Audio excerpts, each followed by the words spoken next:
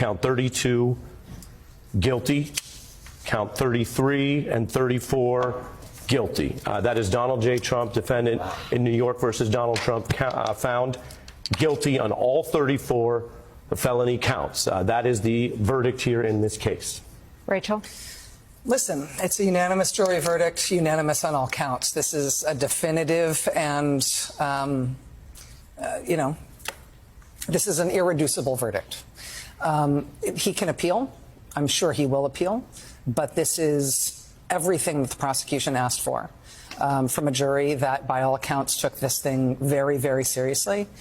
We counted the deliberation hours down here. The test here for us as a country is not about what happens on appeal and is not about what happens in sentencing. The test for us now as a country is whether or not this former president and his allies will have succeeded in trying to undermine the rule of law so that people reject this as a legitimate function of the rule of law in our country. They have tried to delegitimize this judge. They have tried to delegitimize this court. They have tried to delegitimize these proceedings. They've even tried to delegitimize the laws that he was charged under. This is not just about headlines. It is not just about cable news shouting matches. For the first time in American history, a former president has been convicted of felony charges in a criminal court. That fact alone reshaped the political landscape. Regardless of party affiliation, regardless of opinion, it is a historic legal milestone. 34 counts, a jury verdict, a formal conviction entered into the record. Supporters argue the prosecution was politically motivated. Critics argue it was long overdue accountability. But the conviction itself is not speculation.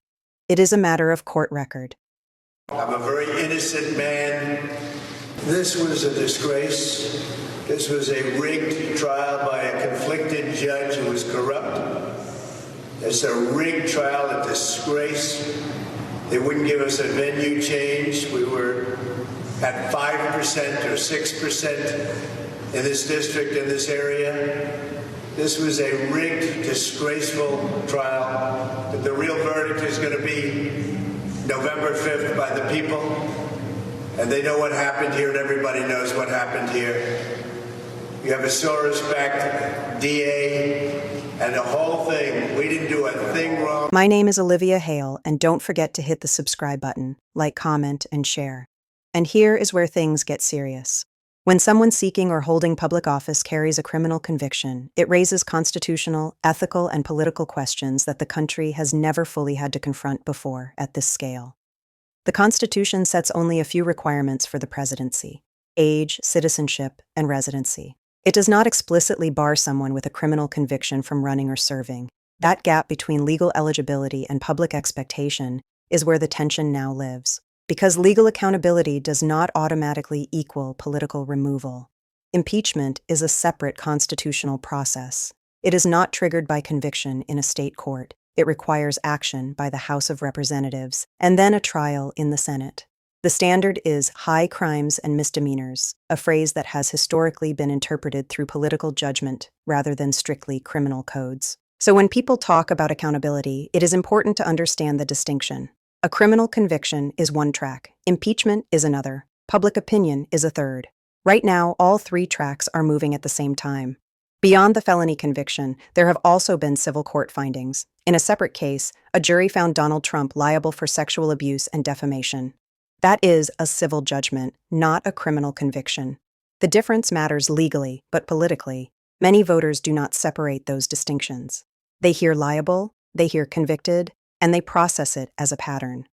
Patterns drive perception, and perception drives elections. Meanwhile, investigations tied to Jeffrey Epstein continue to create political shockwaves. Lawmakers from both parties have recently viewed additional document materials related to that case. There are disputes about redactions. There are debates about transparency. There are public statements from members of Congress who say what they saw disturbed them. It is critical to be precise here. No court has convicted Donald Trump of crimes connected to Jeffrey Epstein. Allegations and references in documents are not convictions. Legal systems require evidence tested in court, not inference from association.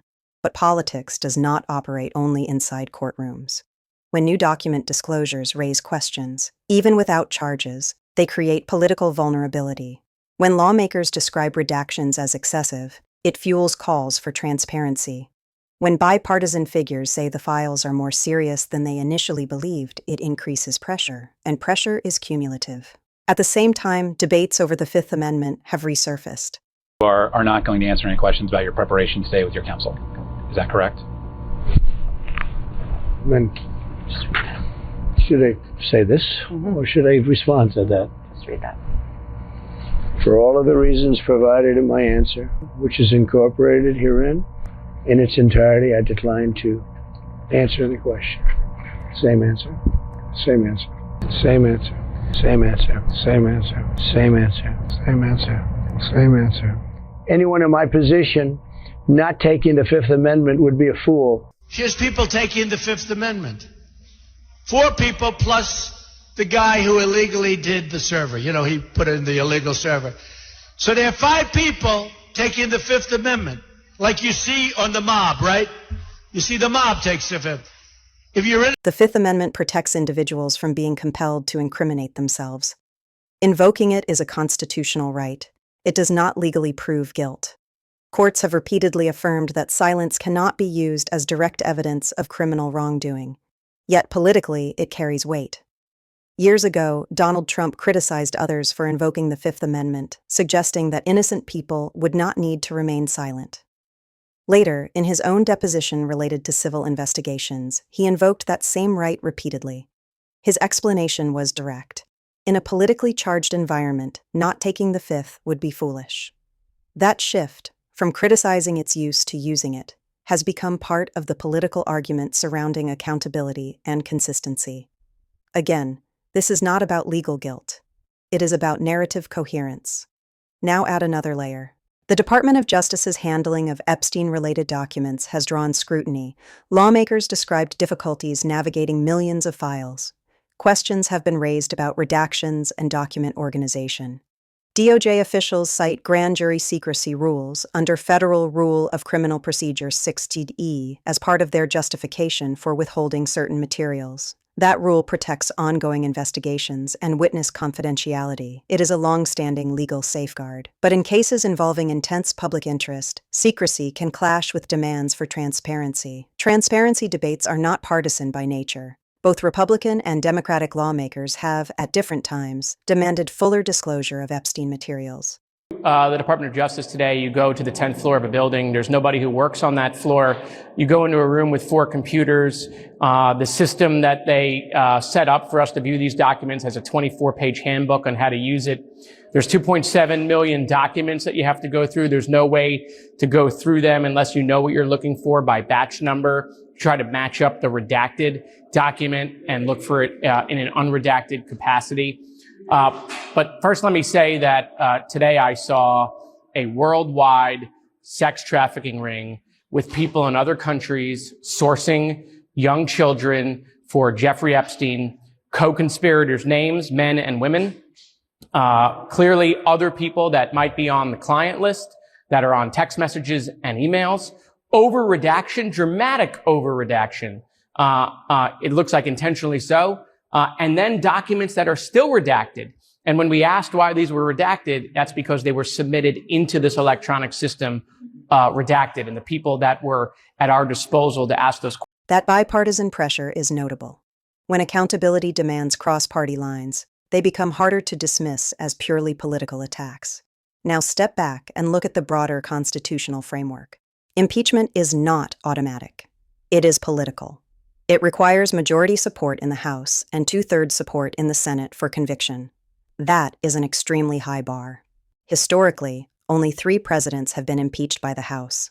None have been removed by the Senate. Public opinion often determines whether impeachment efforts gain traction. If voters see legal jeopardy as disqualifying, elected officials respond. If voters see prosecutions as partisan, impeachment efforts stall. Polling data in recent months shows a deeply divided electorate. Some Americans believe criminal convictions should automatically disqualify a candidate from office. Others believe voters, not courts, should decide. That division is the core battlefield. And here is where the phrase faces karma becomes symbolic rather than mystical. Karma in politics often means consequences catching up. Not supernatural punishment, but cumulative accountability. Legal judgments, civil liabilities, investigations, public fatigue, institutional resistance. When multiple accountability streams converge, even powerful political figures must adapt. The question is not whether legal accountability exists. It clearly does. The question is whether political consequences follow. Will independent voters shift? Will lawmakers feel pressure to distance themselves? Will institutional allies hold firm? Will the Senate ever reach a two-thirds threshold on anything this explosive? Those are the practical questions. And as of now, there is no immediate sign that impeachment votes are imminent. There is no Senate supermajority lined up. There is no constitutional shortcut. But momentum is not only measured in votes. Momentum is measured in perception, coalition stability, and narrative strength. When multiple legal matters remain active or unresolved, they shape campaign messaging. They shape donor behavior. They shape international perception. Allies abroad watch carefully. Markets respond to perceived stability. Accountability in America operates on layered systems: courts, Congress, voters, and history. Courts have spoken in some cases. Congress is debating transparency in others. Voters will ultimately render judgment at the ballot box. That is the legal reality. What happens next depends on whether new evidence emerges, whether additional charges are filed in any jurisdiction, and whether public opinion consolidates or fragments further. For now, what we can say with certainty is this: the era of untouchable political power is over. Legal systems have demonstrated they can reach even the highest office holders. Civil juries have demonstrated they can impose liability. Lawmakers from both parties are publicly calling for more transparency. That is not chaos, that is constitutional friction. And constitutional friction is how accountability works in a democracy. The story is far from finished, because accountability does not move in straight lines. It builds, and it tests the system at every step. And here is where the pressure stops being abstract and starts becoming political gravity. Because once legal accountability enters the equation, every other issue begins to orbit around it. Fundraising speeches change tone. Campaign ads change focus. Lawmakers begin choosing their words more carefully. Some double down in defense. Others quietly create distance. You can often measure political anxiety not by what is said loudly, but by what is avoided entirely. Right now, the country is watching something unusual: overlapping accountability narratives unfolding at the same time. There is the criminal conviction in New York. There is the civil liability finding in federal court. There are ongoing document disputes tied to Epstein investigations. There are questions about redactions and transparency. There are depositions and Fifth Amendment debates. Each one alone would be a headline cycle. Together, they create what strategists call stacking risk. Stacking risk is when controversies accumulate faster than they dissipate. When that happens, political oxygen thins out. Now let's break this down clearly and calmly. A criminal conviction does not automatically remove someone from political life. The Constitution does not bar a convicted felon from running for or serving as president. That may surprise many people, but it is true. The founders did not anticipate this exact scenario, and so the constitutional text does not directly address it. That means the check is political, not procedural. If voters decide the conviction disqualifies a candidate, they vote accordingly. If they believe the prosecution was unjust, they respond differently. That is why public opinion polling has become central to this moment. Recent polling has shown a split country. Some Americans believe the conviction makes continued political leadership unacceptable. Others believe it reinforces their perception of a political system targeting an outsider. Independents often show the most volatility, and in close elections, volatility decides outcomes. But this story is not only about voters, it is also about institutions. Congress has authority to conduct oversight. Lawmakers from both parties recently viewed portions of previously redacted Epstein-related files at the Department of Justice. Some members publicly described over-redaction. Others said they were disturbed by what they saw regarding the scope of trafficking networks. No new criminal charges have been announced in relation to those document reviews. That is important.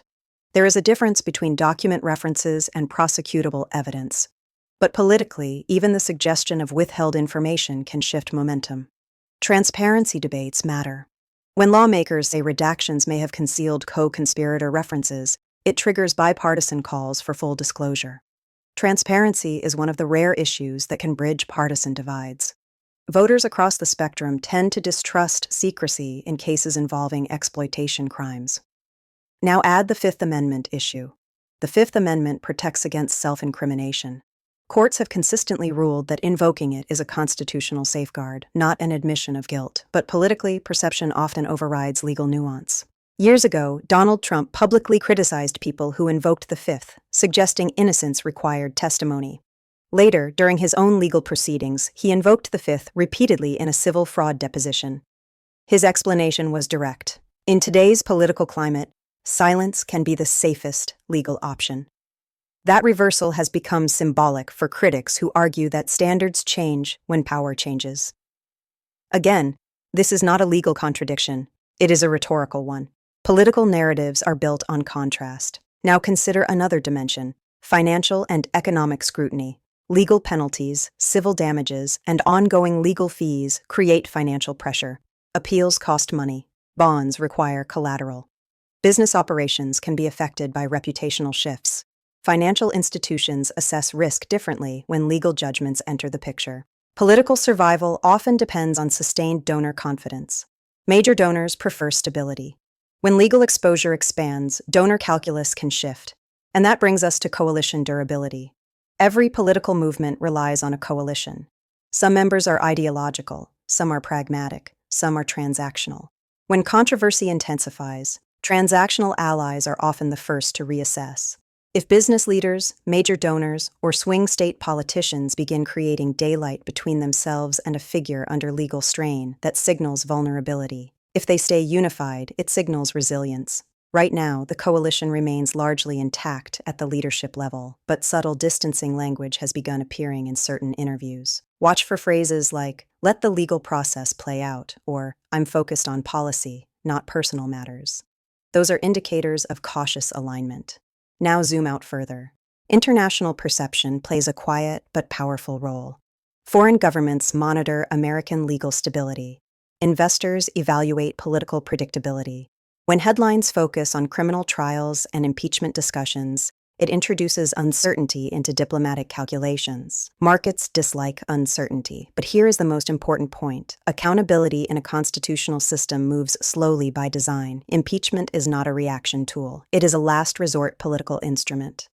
It requires overwhelming consensus, not narrow majority outrage. That is why historically, impeachment efforts succeed only when public opinion shifts dramatically. Right now, public opinion is polarized, not unified. For impeachment to move forward in any meaningful way, one of three things would need to happen. First, new evidence emerges that changes bipartisan opinion dramatically. Second, independent voter sentiment shifts decisively in swing districts. Third, additional legal developments escalate beyond current convictions. Without one of those shifts, impeachment talk remains symbolic rather than procedural. But symbolism still matters. The phrase "country wants him out" reflects emotional intensity, not necessarily polling consensus. There are millions who strongly oppose him. There are millions who strongly support him. The battlefield is in between, and that is where accountability intersects with strategy. If swing voters begin viewing legal turmoil as exhausting or destabilizing, political gravity increases. If they instead interpret it as unfair targeting, gravity decreases. Now consider timing. Election cycles compress decision-making. Legal appeals stretch timelines. Court calendars do not always align with campaign calendars. That mismatch can either diffuse controversy or prolong it. Appeals could delay final resolution for years. Civil judgments could be contested. Document disputes could remain under judicial review. That extended timeline means the political system must operate under partial legal closure. Partial closure creates narrative ambiguity. Ambiguity benefits whichever side controls messaging more effectively. Supporters frame it as resilience under attack. Critics frame it as consequences catching up. Independents evaluate tone, fatigue, and future risk. So when we talk about karma, strip away the drama and look at mechanics. Karma in politics is cumulative accountability meeting voter choice. No supernatural force, no sudden lightning strike. Just legal judgments, institutional pressure, donor calculations, media framing, and ballot decisions converging. The American system does not remove leaders through outrage alone. It removes them through votes. in Congress or at the ballot box. The legal chapter is already written in some respects. 34 felony counts stand on record pending appeal. Civil liability stands on record pending appeal. Oversight reviews continue. Transparency battles unfold. The political chapter is still being drafted, and the final authors will be voters. The only certainty right now is this: the system is being tested. The guardrails are being tested. Public trust is being tested. Accountability is no longer theoretical. It is active. Whether that accountability results in removal, electoral defeat, or political survival will depend not on slogans, but on evidence, institutions, and votes. And the pressure is not easing. It is building.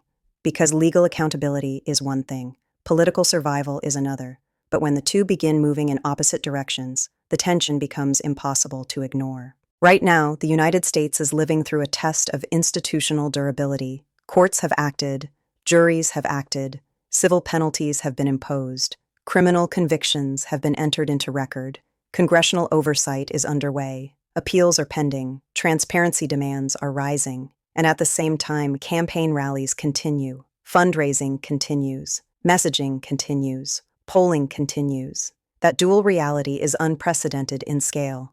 The legal system moves based on evidence, procedure, and statute. The political system moves based on persuasion, coalition strength, and voter sentiment. When both systems are active at once, outcomes become harder to predict. So what would real political consequences look like? They would not look like viral clips. They would not look like trending hashtags. They would not look like outrage cycles. They would look like measurable shifts. A measurable shift would be sustained movement in independent voter polling across multiple states. It would be high-profile endorsements withdrawn. It would be major donors stepping back publicly. It would be swing district lawmakers recalibrating language. Those are structural signals. Right now, those signals are mixed. Some polling suggests conviction affects swing voters negatively. Other polling suggests partisan voters are unmoved. In hyperpolarized environments, legal developments often reinforce existing loyalties rather than disrupt them. But history shows that cumulative exposure matters. When controversies stack over time, criminal trials, civil liabilities, document disputes, rhetorical contradictions, even strong coalitions can experience strain. Not immediate collapse, not dramatic implosion, but strain. Strain shows up in subtle ways: reduced enthusiasm, lower turnout among soft supporters, increased hesitation among undecided voters. Political outcomes are often decided not by who shouts louder, but by who maintains broader stability. Now let's examine the constitutional pathway clearly. Impeachment requires a majority in the House. Conviction requires 2/3 in the Senate. That is 67 votes. In today's Senate composition, reaching that threshold would require significant bipartisan alignment. Historically, that level of consensus has been extraordinarily rare. That means removal through impeachment is mathematically unlikely without overwhelming public opinion shift. So the practical accountability mechanism becomes electoral rather than procedural. Voters will determine whether legal history becomes disqualifying or dismissible. That is the democratic design. At the same time, legal appeals will proceed. Appellate courts will review convictions. Civil damages may be reconsidered. Motions will be filed. Briefs will be written. Judges will issue opinions. The legal timeline could stretch well beyond a single election cycle. And that matters, because unresolved appeals create narrative tension. Some voters may wait for final rulings before making judgments. Others may decide that convictions alone are sufficient information. Now consider institutional trust. Public trust in Congress, media, and even the judiciary has declined over the past decade, according to multiple surveys. When trust is low, every development is interpreted through skepticism. Supporters distrust prosecutors. Critics distrust political defenses. Everyone distrusts someone. Rebuilding institutional trust requires transparency and consistency. If document redactions tied to Epstein investigations are ultimately clarified through formal privilege logs and judicial explanation, trust may stabilize. If new information contradicts public statements, trust may erode further. But speculation is not evidence. The rule of law depends on facts tested in court. Oversight depends on documented disclosure. Political accountability depends on voters weighing verified information. There is another factor rarely discussed: fatigue. American voters are fatigued. Years of investigations, hearings, indictments, counter-investigations, and media crossfire have created exhaustion. Fatigue can produce two different reactions: disengagement or demand for change. Disengagement lowers turnout. Demand for change reshapes coalitions. Which direction this moment produces remains uncertain. And then there is the global lens. All of this unfolds while foreign governments evaluate American stability. Investors assess risk. Diplomatic partners assess continuity. Political uncertainty can influence currency markets, trade negotiations, and alliance calculations. The presidency is not just a domestic office. It is an international anchor. That is why legal accountability at the highest level reverberates beyond borders. But accountability is not chaos. It is a system functioning, even if loudly. Courts delivered verdicts through jury processes. Civil findings followed procedural rules. Oversight hearings are occurring within congressional authority. Appeals are being filed according to law. That is not institutional collapse. That is constitutional friction. Friction feels unstable, but friction can also demonstrate that guardrails hold. The final outcome will not be decided by one viral moment, one document release, or one speech. It will be decided by cumulative assessment. Do voters prioritize policy over personal conduct? Do they weigh economic performance more heavily than legal history? Do they believe institutions acted fairly? Do they feel fatigue outweighs loyalty? Those are the decisive variables. The phrase "country wants him out" reflects a powerful segment of public opinion. But there is also a segment that wants him in. The center will determine direction. And here is the closing truth. In American democracy, no individual is larger than the system. Courts can convict. Juries can award damages. Lawmakers can investigate. Voters can remove. The system does not operate on emotion alone. It operates on evidence and ballots. Right now, the system is under strain, but it is functioning. Legal accountability has already made history. Political accountability is still unfolding. Whether this moment becomes a turning point or a reinforcement of division depends on what happens next. New evidence, appellate rulings, voter reaction, coalition durability. What is undeniable is that the era of consequence-free politics is gone. Courtrooms matter. Oversight matters. Votes matter. And in the end, that is how accountability works. Not through slogans, not through noise, but through institutions and citizens making decisions. The pressure is real. The scrutiny is real. The choice will be real. And the final verdict, politically, will belong to the voters. Thanks for watching, and don't forget to hit the subscribe button, like, comment, and share.